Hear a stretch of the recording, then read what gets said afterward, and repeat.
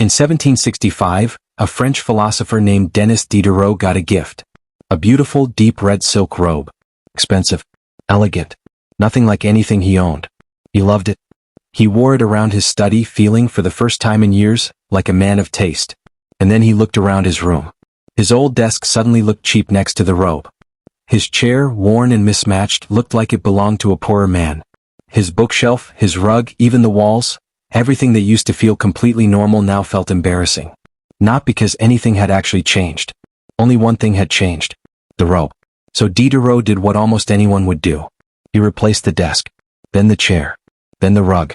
He spent money he didn't really have, chasing a version of his study that finally matched the robe. He later wrote an essay about it, and he gave the feeling a name that we still use today, the Diderot Effect. And here's the strange part. This isn't a story about one 18th century philosopher with a fancy bathrobe. This is a story about you. About the sneakers that made your other clothes feel outdated. The phone case you bought and suddenly your phone looked old. The one nice throw pillow that somehow made your whole couch look like it belonged in a dorm room. You didn't buy those other things because you needed them. You bought them because one new thing broke the pattern and your brain couldn't stand the mismatch. So why does this happen? Why does one purchase spiral into 5? Psychologists say it comes down to something called consistency. Your brain doesn't just want individual objects to be nice. It wants your entire environment to tell one coherent story about who you are. Your home, your closet, your desk, they're not just functional. They're a kind of narrative. A quiet way of saying this is the kind of person I am. When you introduce something new and better, it doesn't just sit there as one improved item. It becomes evidence. Evidence that contradicts the story everything else around it is telling. And your brain hates contradictions. It wants the story to make sense again. So it pushes you to fix the parts that don't fit, one purchase at a time, until the whole picture matches. This is closely tied to something called cognitive dissonance, the discomfort you feel when two things you believe or two things you own don't line up. A cheap coffee table shouldn't sit next to a $2,000 television.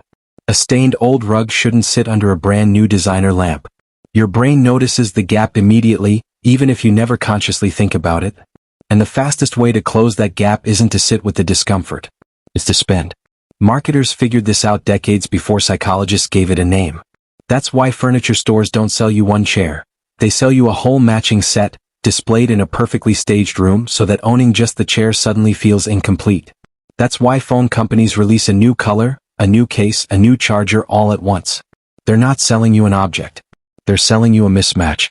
They're handing you the silk robe and letting your own mind do the rest of the selling. And it doesn't stop at furniture or fashion. This same effect plays out in relationships, in habits, in how we see our own lives. Start a new fitness routine and suddenly your diet feels wrong. Get a promotion and suddenly your car feels embarrassing next to your new coworkers. Move into a nicer apartment and suddenly your old furniture, the same furniture you loved for years, feels like it belongs to someone else's life. None of these things actually got worse. You didn't do anything wrong by keeping them. Your circumstances just shifted even slightly, and your mind quietly rewrote the standard for what good enough means. Here's the part that should genuinely worry advertisers if they're being honest with themselves. None of this ever actually ends. There is no final purchase that makes the story complete. Diderot didn't stop once his study matched the robe. Because a fully matched room isn't a finish line. It's just a new baseline. Give it a few months and something new will feel slightly out of place again. A new robe. A new phone. A new anything. And the whole cycle starts over. This is sometimes called the spiral of consumption, and it's less about greed and more about a very human discomfort with things that don't match. We're not chasing luxury for its own sake. We're chasing coherence. We want our surroundings to agree with each other, and agree with who we believe we are. So what do you actually do with this? The first step is just noticing it. The next time you buy something and feel a small flicker of dissatisfaction with something else you own, your case suddenly makes your phone look old, your new shoes make your jeans look faded, pause before you reach for your wallet again. Ask whether the object actually changed or whether your eye just recalibrated. Most of the time, nothing is actually broken. Your standard just moved. The second step is recognizing that Diderot himself eventually admitted the robe wasn't worth what it cost him. Not financially, emotionally. He wrote that he missed his old, mismatched room. He missed being a man who was, in his own words, the master of his old rag, rather than a slave to matching everything perfectly. There was a strange kind of freedom in not caring whether it all lined up. That's really the quiet lesson hiding inside a 250-year-old essay about a bathrobe. The goal was never to own a perfectly coherent life. The goal was to notice when your own mind was quietly convincing you that you needed one. So the next time you buy something new and you feel that small itch to fix everything around it, take a breath before you follow it. That itch isn't really about the coffee table or the shoes or the phone case. It's about a very old, very human discomfort with things that don't match.